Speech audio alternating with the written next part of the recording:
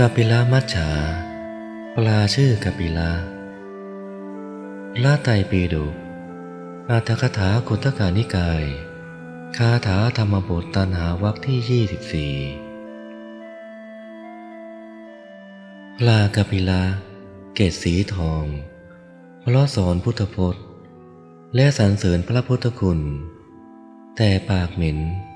เพราะด่าผู้มีศีลครั้งเมื่อสมัย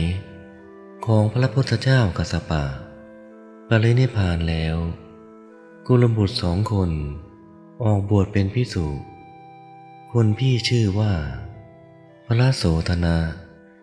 คนน้องชื่อว่ากัปปิลานอกจากนี้มารดาชื่อสาธนีและน้องสาวชื่อตาปนาก็ออกบวชเป็นภิกษุณีด้วย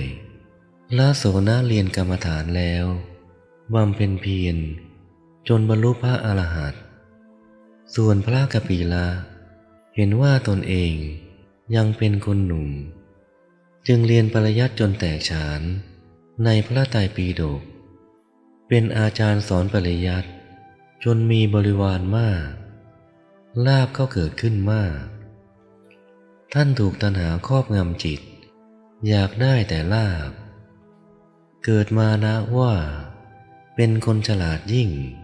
กล้าสอนตรงข้ามกับผู้อื่นเช่นคนอื่นกล่าวว่าควรพระกัปปิลากล่าวว่าไม่ควรเมื่อถูกภิกษุผู้มีศีลเป็นที่รักตักเตือนก็โต้ตอบว่าพวกท่านจะรู้อะไรพวกท่านเป็นเช่นกำมือเปล่าแล้วเที่ยวข่มขู่ตวาดภิกษุทั้งหลายแม้พระโสธนะจะมาตักเตือนว่าถ้าเธอปฏิบัติชอบ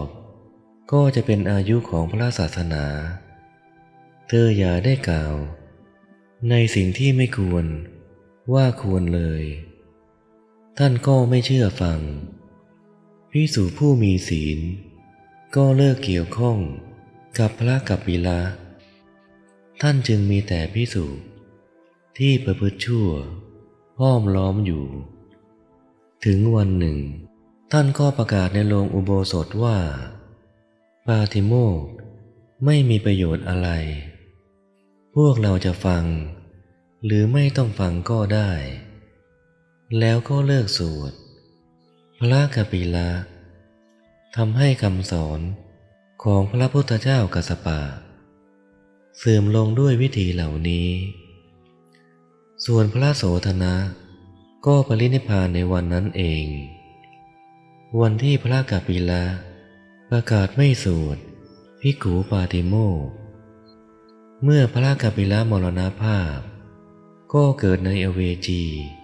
มหานรกส่วนภิกษุณีผู้เป็นมารดาและภิกษุณีผู้เป็นน้องสาวผู้เชื่อฟังพระกัปปิลาก็ด่าบริพาทภิกษุผู้มีศีลตายแล้วเกิดในอเวจีมหานรกเช่นกันอดีตพระกัปปิลาถูกไฟเผาไหม้อยู่ในนรกนานพุทธธันดรหนึ่งมาถึงการบังเกิดขึ้นของพระพุทธเจ้าโคตมะของพวกเราก็พ้นจากนรกมาเกิดเป็นปลาตัวใหญ่มากมีสีเหมือนทองคำแต่มีปากเหม็นมากอาศัยอยู่ในแม่น้ำอาชิรวดีต่อมาก็ถูกชาวประมงจับได้ด้วยแหพวกเขาดีใจกันมากคุยกันว่าจะเอาปลาตัวนี้ไปให้พระราชาทอดพระเนตรพระองค์จะได้พระราชทานทรัพย์ให้พวกเราแล้วเอาปลาใส่เรือหามไปยังพระราชสำนักพระราชาพระเจ้าประเสนที่โกศลทอดพระเนตรแล้วทรงดำริว่ามีแต่พระพุทธเจ้าเท่านั้นที่จะทรงทราบเหตุที่ปลามีสีทองจึงตัดให้หามเรือไปยังพระวิหารเชตวันเข้าเฝ้ากราบทูล ให้พระศาสดาทอดพระเนตรปลายังไม่ตายอ้าปากอยู่เป็นระยะเมื่ออ้าปากกลิ่นเหม็นรุนแรงก็กระจายไปทั่วพระเชตวันพระราชาทูลถามว่าเหตุใดปลาทองตัวนี้จึงมีสีทองแต่ปากเหม็นพระพุทธเจ้าตรัสเล่าอดีตชาติของปลากปิละครั้งสมัยเป็นพระกปิละพ้นจากนรกแล้วมาเกิดเป็นปลาตัวเป็นสีทองเพราะกรรมดีที่สอนพุทธวจนะแล้วกล่าวสรรเสริญคุณของพระพุทธเจ้าเป็นเวลานานปากมีกลิ่นเหม็นเพราะด่าบริพาทภิกษุผู้มีศีลทั้งหลายแล้วทรงทำให้ปลาพูดได้ตรัสถามว่าเจ้าชื่ออะไรปลาตอบว่าชื่อกปิละตรัสถามถึงพระพี่ชายมารดาและน้องสาวปลาก็ทูลว่าพี่ชายปรินิพพานแม่และน้องสาวเกิดในอเวจีมหานรก